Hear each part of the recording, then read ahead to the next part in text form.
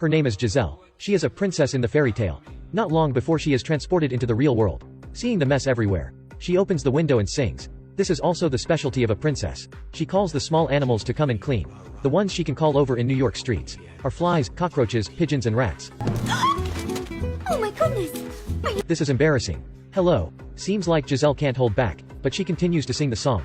The pigeons clean by its asses. The rats pick up hairs using its tails. Can't forget to mention, this is really cool. Giselle continues to happily sing. The animals, in contrast, work really hard. After a short while they already clean the room. This breaking sound scares the daughter of the owner that she wakes up. The little girl opens the door. What is this hell on earth? The little girl quickly calls her dad. This man's name is Robert. He quickly scares away the cockroaches, the rats and the pigeons, but that still can't comfort the pain in his heart. Robert quickly knocks on the door, wants to find Giselle to talk, but is scared by her instead. Being a normal citizen in New York society, he has never seen anything like this. Giselle is still saying some romantic stuff by herself.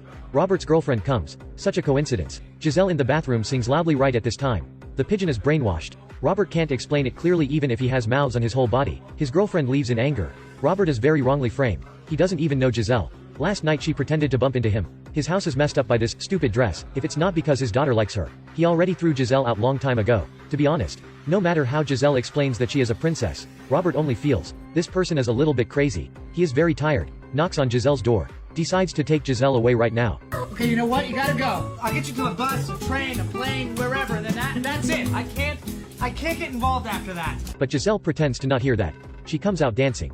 Even wears a new floral dress. Where does that dress come from? Robert already doubts. Looks back.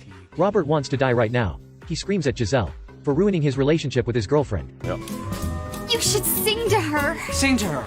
And maybe that would reassure her of your affections. Seeing the overdoing actions of Giselle, Robert feels really dizzy. He really thinks this person is so weird. Takes her to his company. Robert goes to do his job. Before going, Robert assigns his assistant to quickly take her away. Giselle just has one sip of water from the fish tank before being pulled up. She freaks the assistant out. How can Robert be involved with this crazy person? After coming out from the meeting with the customers, Robert sees Giselle still wandering around the hall. He quickly asks his assistant, why is this girl still here? Contentment. I mean, what is that all about? When they are talking, Giselle faces a trouble again. Look at the way her eyes sparkle. It's no wonder you're in love. This company of Robert is a divorce advice office. He quickly pulls Giselle away and explains. The result is hearing that they are going through a divorce. Giselle cries right then. Moreover, she crying like that is so embarrassing. The customer is mad and leaves. Even his boss knows about it. This is a prince jumps out from the drain. Upon arriving, he is not familiar with the real world. He thinks the bus is a monster, so he pierces the sword through the roof of the bus. The people in the bus think they encounter a sudden attack of terrorists. On the other side, the little assistant of the queen also transports to New York. What is it this time? Another one. Just climbing out of the drain. He sees the prince being scolded by the bus driver. Nobody dare to do that to my bus. Nobody stabs my bus. I'll tear you apart. He brushes the prince off. He gets the lastest order from the queen at a restaurant. Using the poisonous apple to kill the princess. This process in other people's eyes is so embarrassing. A common chef scoops up the queen into a bowl. Hello, nice lady. You want the juicy, sweet caramel apple, maybe? Bringing the apple along, the little assistant finds Giselle the princess. But Giselle doesn't eat yet. She tells Robert about her and the prince. Too excited, she throws away the apple far away. Then she sings. You must remind her or she'll be... Giselle! The prince hears the singing voice of Giselle. Excitedly jumps off the bridge. He also sings. Wants to answer Giselle. Unexpectedly gets hit by a bicycle and falls down on the ground. The real world is so much fiercer than in the fairy tale. Giselle sings in the park. Tells the pigeon to bring flour to Robert's girlfriend. To show his love. Robert feels like it's funny to do that. How can the pigeon knows where she lives? He laughs at Giselle thinking she is crazy. But unexpectedly the pigeon really brings the flower crown to Robert's girlfriend. He is touched and surprised. This is the first time Robert is this romantic. The girlfriend forgives Robert, the customer who was mad at Giselle and left. They originally want to go through a divorce but this time they want to be back together. Robert exclaims. Giselle is really magical. He takes Giselle on a meal. The little assistant gives them a free apple wine. Giselle is about to drink. A rat rushes out and spills all the wine in the cup. Robert freaks out. Giselle is very happy because this is her best friend, the chipmunk in the fairy tale. The chipmunk kisses her, surprises all the people around her. It gently bites on her face. Everyone thinks this girl is bitten by a rat. Quickly take out their phone to call the police. During the chaos, the assistant catches the chipmunk and throws it in a burning fire. The TV reports a strange news, and the prince happens to watch the news at that time. He quickly asks the magical mirror. Magical mirror, I'm begging you. Tell me where she is! Reporting from 116th and Broadway. 116th and Broadway! The prince transports to the real world. Finally finds out the princess. He sings a song about chasing after love. Of the song but the princess doesn't accept. What's wrong? After being in New York for a while, she seems different from the fairy tale. The prince says, let's go back to the fairy tale so they can get married. Giselle rejects again. I want to go on a date. They walks on the sidewalk by the river. The prince is very nervous. Malaysia, of course. To be married.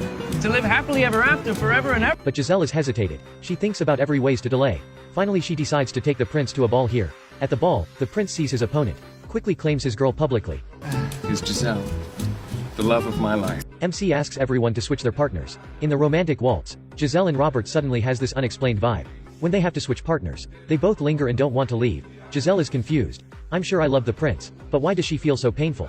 Until the wicked queen appears then after observing from far away.